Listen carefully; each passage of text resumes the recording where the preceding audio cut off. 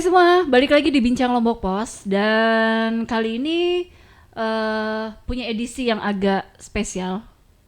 Tapi bintang tamu saya agak bikin takut banyak masyarakat sih.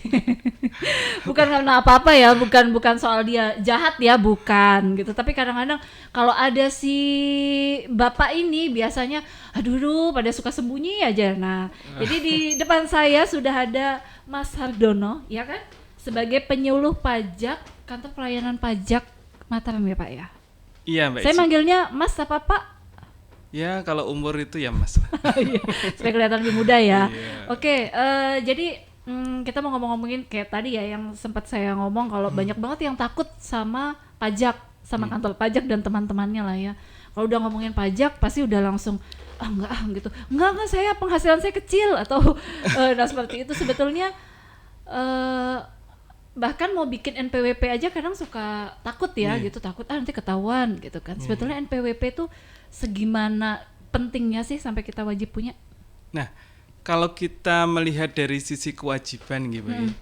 Jadi seorang itu harus punya NPWP ketika memang sudah disebutkan dalam undang-undang bahwa dia mempunyai kewajiban subjektif dan objektif. Jadi dalam kurun penghasilan tertentu, ketika dia sudah melewati batas penghasilan itu, atau kita sebut namanya adalah penghasilan tidak kena pajak. Ya. Namanya penghasilan tidak kena pajak, maka ketika seorang mempunyai penghasilan di atas PTKP atau penghasilan tidak kena pajak, maka dia harus mempunyai NPWP. Jadi ada batasan ya, ada batasan. Gitu. Tidak semua jumlah penghasilan itu kena pajak gitu ya? Ya, tidak mesti. Batasannya segimana Mas Dul? Nah, batasannya itu setiap orang itu berbeda-beda ya, tergantung kondisi keluarganya. Yang paling rendah ya, yang paling rendah itu kalau dia mempunyai penghasilan di atas katakanlah 4,5 juta ya, dan dia kondisinya adalah bujangan ya. Itu kalau di rata-rata dalam setahun dia 4,5 juta, dalam setahun dia akan memperoleh penghasilan itu sekitar 54 juta. Nah, PTKP untuk bujangan itu adalah kebetulan ada 54 juta. Sehingga kalau penghasilannya di atas 54 juta untuk seorang yang belum menikah dan belum punya anak, maka kalau di atas itu baru dia segera mempunyai NPWP. Kalau di bawah itu ya dia tidak perlu mempunyai NPWP. Jadi kalau semakin banyak anggota keluarganya juga hitungannya akan berbeda berarti ya? Ya akan berbeda seperti itu. Nah tapi jangan langsung bilang, oh kita banyak anak supaya nggak kena pajak, jangan. Jangan kayak gitu. Nah beberapa waktu lalu kan ada banyak banget ya berita tentang sinkronisasi NIK dan NPWP. Saya juga ngikutin di Twitter juga dan yang lain-lain juga banyak yang bilang, aduh ini pemaksaan lagi nih, pemaksaan supaya kita taat pajak, supaya kita ini jadinya maksanya lewat NIK. Tapi sebetulnya seperti apa sih? Sebenarnya seperti yang saya katakan tadi di awal bahwa sebenarnya tidak otomatis orang yang punya NIK dia kena pajak. Enggak seperti itu. Jadi tetap kita mempertimbangkan bahwa dari segi penghasilan dia harus di atas penghasilan tidak kena pajak atau PTKP yang tadi saya sebutkan. Begitu dia di atas penghasilan tidak kena pajak, dia harus mendaftarkan terlebih dahulu. Artinya supaya NIK-nya itu memang valid untuk jadi NPWP. Nah, ketika dia secara administrasi sudah terdaftar sebagai wajib pajak dengan menggunakan NPWP dalam bentuk seperti NIK itu, maka dia baru bisa menjalankan kewajiban perpajakannya dengan sarana NIK atau NPWP itu. Berarti apa namanya tujuannya diberlakukan ini oleh pemerintah itu apa sebetulnya? Sebetulnya mungkin banyak yang belum tahu kan, cuman taunya supaya kita kena pajak gitu doang kan, padahal banyak yang belum paham. Mungkin bisa dijelaskan. Kalau kita lihat ya, tujuan NIK jadi NPWP itu kan di-launching oleh Direktorat Jenderal Pajak pada tanggal 14 Juli tahun 2022 yang kebetulan pas hari pajak nih. Nah, kami melaunching bahwa NIK menjadi NPWP itu adalah karena ada program pemerintah namanya Satu Data Indonesia. Satu Data Indonesia. Yeah, Satu Data Indonesia itu artinya NIK itu nanti akan digunakan sebagai salah satu administrasi atau untuk melaksanakan kewajiban perpajakan. Ya, tapi bukan hanya kegiatan perpajakan semata ya. Nanti terkait dengan transaksi perbankan, ekspor impor juga nanti akan menggunakan NIK. Dan alhamdulillahnya Direktorat Jenderal Pajak mengawali itu. Ya, mengawali program Satu Data Indonesia, yaitu NIK menjadi NPWP. Seperti itu. Jadi nggak bukan seperti yang anggapan masyarakat ya, bahwasanya NIK sengaja disinkronkan dengan NPWP supaya memudahkan pemerintah untuk ngambil pajaknya. Bukan seperti itu ya berarti ya? Ya salah gitu satunya juga. gitu juga. Kan jadi mudah ya. Kalau misalnya gini ya, kita di kantong kita tuh banyak kartu identitas gitu ya. Itu kan nanti kantong kita jadi tebal gitu.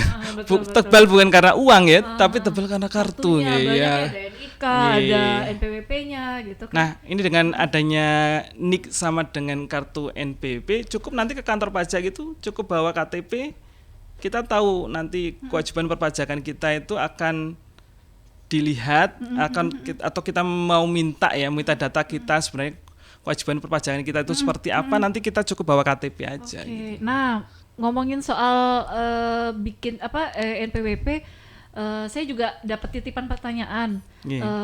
Kita udah punya penghasilan, tapi mau bikin NPWP gimana ya gitu? Nah, mesti datang kemana, apa bisa online atau seperti apa? Nah, terkait dengan bikin NPWP itu bisa dilakukan secara online. Ya. Cuman ini beberapa wajib pajak itu ternyata online juga kesulitan. Masih tetap ya? Ya, Pak ini nggak bisa masuk di sini gitu ya. Kemudian email juga ya. Kadang-kadang kita bantu wajib pajak itu dari membuat email, Bu. Oh gitu. Iya, wajib pajak itu. Emailnya juga.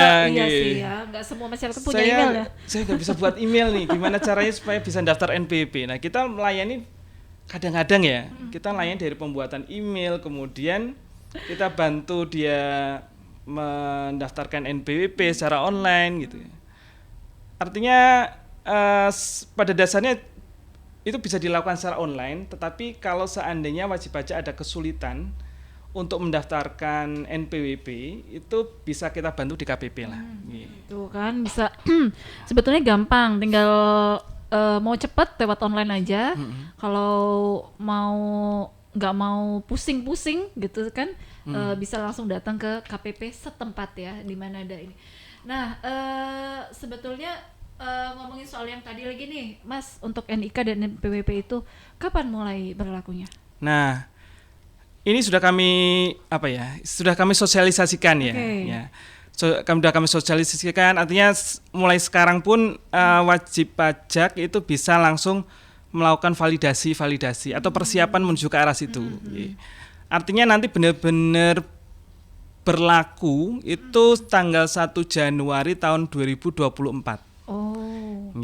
Tapi dalam masa-masa ini ada proses-prosesnya, Bu. Artinya NIK-nya itu harus sinkron dengan NPWP-nya gitu ya. Jadi ada proses namanya validasi. Apakah NPWP ini namanya sama dengan nama yang ada di NIK? Nah, kadang-kadang seperti itu ya. Ya, kadang-kadang kita ada perbedaan nama seperti itu kan. Sehingga perlulah masyarakat itu tidak mendadak ya kali ya. Tidak mendadak begitu nanti tanggal 31 Desember 2023 NPWP-nya nggak valid, terus dia tidak mendapatkan pelayanan perpajakan, menjalankan kewajibannya juga tidak bisa.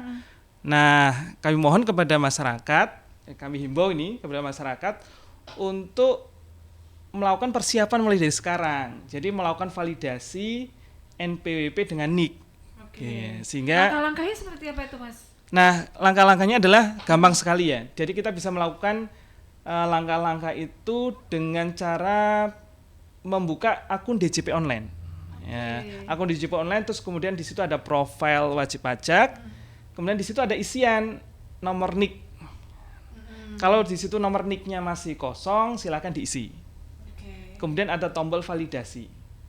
Klik tombol validasi, kemudian akan ada proses mungkin sekitar 1 menit kali ya. Habis itu kemudian akan ada notifikasi valid gitu ya. Nah, kalau udah valid berarti sudah selesai.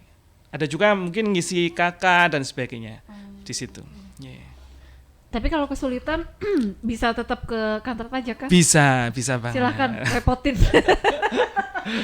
Repotin aja nggak apa-apa. Yeah, boleh. Tapi ya kalau memang bisa segala sesuatu di handphone istilahnya dengan di tangan aja semua sudah bisa selesai kan sebetulnya gitu. Tapi kalau pengen jalan-jalan, pengen ngerepotin, ya silahkan aja. Nah, apa namanya? Kalau itu berarti NIKAS sebagai NPWP. Nah, untuk NPWP 15 digit yang sudah nggak ada tuh bisa dipakai lagi atau seperti apa? Masih bisa. Sampai nanti tanggal 31 Desember 2023. Oh, jadi semuanya tuh sampai Desember 2023 ya. Tapi kayaknya pajak masih siap-siap. Biasanya masyarakat kita kalau udah mepet banget waktunya, nah itu. Bahkan kalau misalnya masih jauh, masih wajib santai. pajak itu sekarang mendaftar ya, masih pakai NPWP yang 15 digit. Oh gitu. Belum kita terapkan yang 16. Begitu. Mulai 2024 ya semuanya. Tanggal 1 Januari 2020. Nah, siap-siap kan. Terus kemudian soal adanya pembebasan pajak katanya untuk UMKM. Itu apa emang iya? kan sempat ada yang bilang katanya untuk UMKM ada pembebasan pajak gitu. Kepengennya apa? Kepengen iya atau enggak? Kalau saya sih nggak ngefek ya. Karena saya pekerja jadinya nggak ngefek gitu. Tapi kayaknya kalau masyarakat sih pengennya wah dibebasin gitu. Tapi emang iya atau enggak? Nah, ini memang ada peraturan baru ya. Peraturan baru itu tahun 2000 yang mulai berlaku itu tahun 2022 ya. Yaitu tentang UMKM yang mempunyai penghasilan bruto di bawah 500 juta. Jadi kita biasanya kan ada pajak yang 0,5% itu peraturan pemerintah tahun nomor 23 tahun 2018 ya. Iya Pak, hebat tuh. itu kan biasanya omset dikalikan pajak 0,5% gitu ya. Nah, mulai tahun 2022 ini yang biasanya masyarakat itu bayar 0,5% kali omset per bulan itu kalau seandainya penghasilannya masih di bawah 500 juta itu tidak perlu bayar dulu. Oh gitu. Ya, katakan contohnya ya.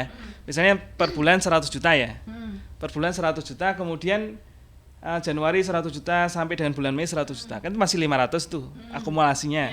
Kemudian bulan Juni menjadi 600 ya. Nah, bayarnya mulai bulan Juni. 100 kali 0,5% mulai bulan Juni. Januari sampai dengan bulan Mei libur dulu. Karena omsetnya masih di bawah 500 juta. Masih di bawah 500 juta. Tapi hanya berlaku untuk orang pribadi. Jadi UMKM yang terdaftar atas nama PT, CV ya nggak berlaku. Kalau orang pribadi berlaku. Nah, bingung kan masyarakatnya mau doain pengen omsetnya tinggi kena pajak, mau omsetnya biasa aja juga gimana gitu ya. Tapi ya jangan berdoa seperti itu. Kan? Masa kepengennya omsetnya di bawah 500 juta. Jangan dong, jangan. Iya, itu kecil loh bayarnya. Kecil. Iya, ya itu kan? kecil tuh. Kecil tapi males bayarnya. 500 coba katakanlah 100 juta tadi ya. Kan 500 ribu kali 5 2.500.000. Iya, tapi tetap masa kita kepengen omsetnya 1 miliar atau 500 juta? Tapi tetap aja itu duit kan. Iya. Buat pengusaha kan hitung jadinya, aduh 2,5 udah lumayan nih buat nambah modal. Biasanya kan gitu. 2,5 dibandingkan 500 juta, iya jauh kan? Tetap nggak masuk ya itu. Iya, itu sangat murah sekali. Pajak sama pengusaha tuh nggak ini ya, nggak nyambung ya. Jadi jangan sok nongki gitu sama pajak dan pengusaha tuh kayak nggak bakal nyambung deh hitung-hitungannya. Nah, apa namanya? Tapi kalau untuk di kota gimana Mas? Sudah mulai pengusaha, tapi semua wajib mendaftarkan untuk omsetnya UMKM di UMKM kita? Jadi kita kan namanya kan self assessment ya di pajak itu ya. Self assessment itu kan kita percaya apa yang dilaporkan oleh wajib pajak sampai kemudian kita melakukan pemeriksaan atau pengecekan gitu ya. Jadi kami percaya bahwa yang dilaporkan oleh wajib pajak itu sesuai dengan yang dilaporkan. Sehingga baik itu wajib pajak di kota maupun di yang lainnya, kalau dia melaporkan seperti di bawah 500 juta gitu ya, ya kita percaya gitu. Oke. Tapi ada juga yang sebenarnya 500 juta tapi Kayaknya ngomong gitu agak gak yakin sih Mas, berarti ada ya? Ada yang nakal ya. Ada yang nakal, ya pasti ada aja ya. Ada Pasti aja. gitu. Ya, kita imbau terus lah. Tapi semuanya tidak melihat omset, maksudnya semua UMKM sebetulnya wajib mendaftarkan pajaknya, omsetnya atau seperti apa? Sebenarnya omset itu dilaporkan di akhir-akhir ya. Oke. Jadi kan di tahun 2021 misalnya, katakanlah dia melaporkan omset 500 juta. Sampai dengan akhir 2021 kan kita nggak tahu dia omsetnya berapa. Sampai kemudian dia melaporkan mungkin di tahun 2022 kan dia lapor SPT. Baru kita tahu omsetnya di SPT-nya itu seperti apa. Oh, gitu ya. Meskipun dia ada pembayaran per bulan ya, ya mungkin kita bisa dibalik gitu ya. Biasanya kan kita lapor atau wajib pajak laporkan di tahun berikutnya gitu. Kalau untuk UMKM di kota seperti apa kondisinya? Udah aman-aman aja, patuh-patuh aja, tiada dusta di antara kita atau gimana?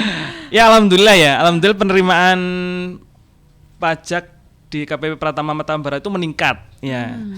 Kan ini membuktikan bahwa kondisi ini masyarakat semakin sadar, terutama di Kota Mataram ya. Semakin sadar membayar pajak, mungkin sebelumnya tidak mengetahui gitu ya. Padahal sekarang ada pengurangan seperti itu kan, pengurangan 500 juta kan. Tapi justru semakin meningkat dan kita tumbuh gitu ya. Artinya memang dulu-dulu mungkin disembunyikan, kemudian dilakukan pembetulan-pembetulan. Ketahuan Ya atau kan? gimana? Artinya ketahuan ya kan. Berarti sudah semakin membaik ya, sudah semakin membaik dengan kondisi untuk di kota ini. Alhamdulillah sudah mulai membaik dan kita juga kerjasama dengan UMKM ya. Mungkin itu yang secara tidak langsung berperan baik ya. Artinya UMKM butuh apa sih gitu ya. Kita tanya kan UMKM butuh apa sih. Kita itu ada program namanya Business Development Service. Apa itu? Mau tahu ya? Iya. Siapa tahu saya jadi pebisnis habis ini kan? Ya kami kumpulkan UMKM ya. Kita katakan, yuk kita bicara di luar pajak. Teman-teman butuh apa gitu? Pak, saya butuh ini Pak, pelatihan digital marketing. Oke, kita datangkan pembicara digital marketing. Di pertemuan itu kita nggak membicarakan masalah pajak sama sekali. Jadi kita harapannya UMKM itu nanti meningkat omsetnya berdasarkan pelatihan digital marketing. Terus butuh apa lagi? Pelatihan ini ya kita datengin. Kalau butuh dana? Butuh dana ya. Butuh diskon pajak, butuh dana. Sesuai dengan aturan. Oh gitu ya. Bahkan kita pakai produk UMKM yo. Di kantor kami ada display UMKM. Oh gitu. Jadi kebutuhan kantor kita pakai UMKM yang terdisplay di kantor kami. Oke, kok nggak dibawa ke sini? Ya gitu nggak bilang. Oke, mungkin satu lagi Mas, mungkin ada himbauan untuk masyarakat kita terkait pajak, silakan. Assalamualaikum warahmatullahi wabarakatuh. Kepada wajib pajak Kota Mataram, kami mengimbau dari KPP Pratama Mataram Barat, jangan takut untuk melaksanakan hak dan kewajiban perpajakan. Kalau ada yang masih mengganjal atau tidak tahu, langsung hubungi kami. Jadi jangan sampai informasi yang diterima oleh wajib pajak bias ya, sehingga wajib pajak tidak bisa melaksanakan kewajibannya dengan baik. Justru dengan berhubungan langsung dengan KPP Pratama Mataram Barat, bapak-bapak atau ibu-ibu wajib pajak akan lebih jelas, bisa melaksanakan kewajiban dengan baik dan akan lebih mudah, lebih murah. Karena segala pelayanan di tempat kami gratis tanpa dipungut biaya. Oke, jadi itu ya, nggak usah takut kalau ada hal-hal sosialisasi terkait pajak, datang aja, siapa tahu ada info diskon pajak, atau mungkin membantu untuk kebutuhan pengusaha itu apa sih, kebutuhan UMKM itu apa sih gitu kan. Jadi nggak melulu nagih aja ya gitu, nggak melulu sini gitu. Padahal tujuannya sih sama ya kayaknya ya. Iya. Kalau omsetnya naik, pajaknya juga naik. Iya. Sama aja.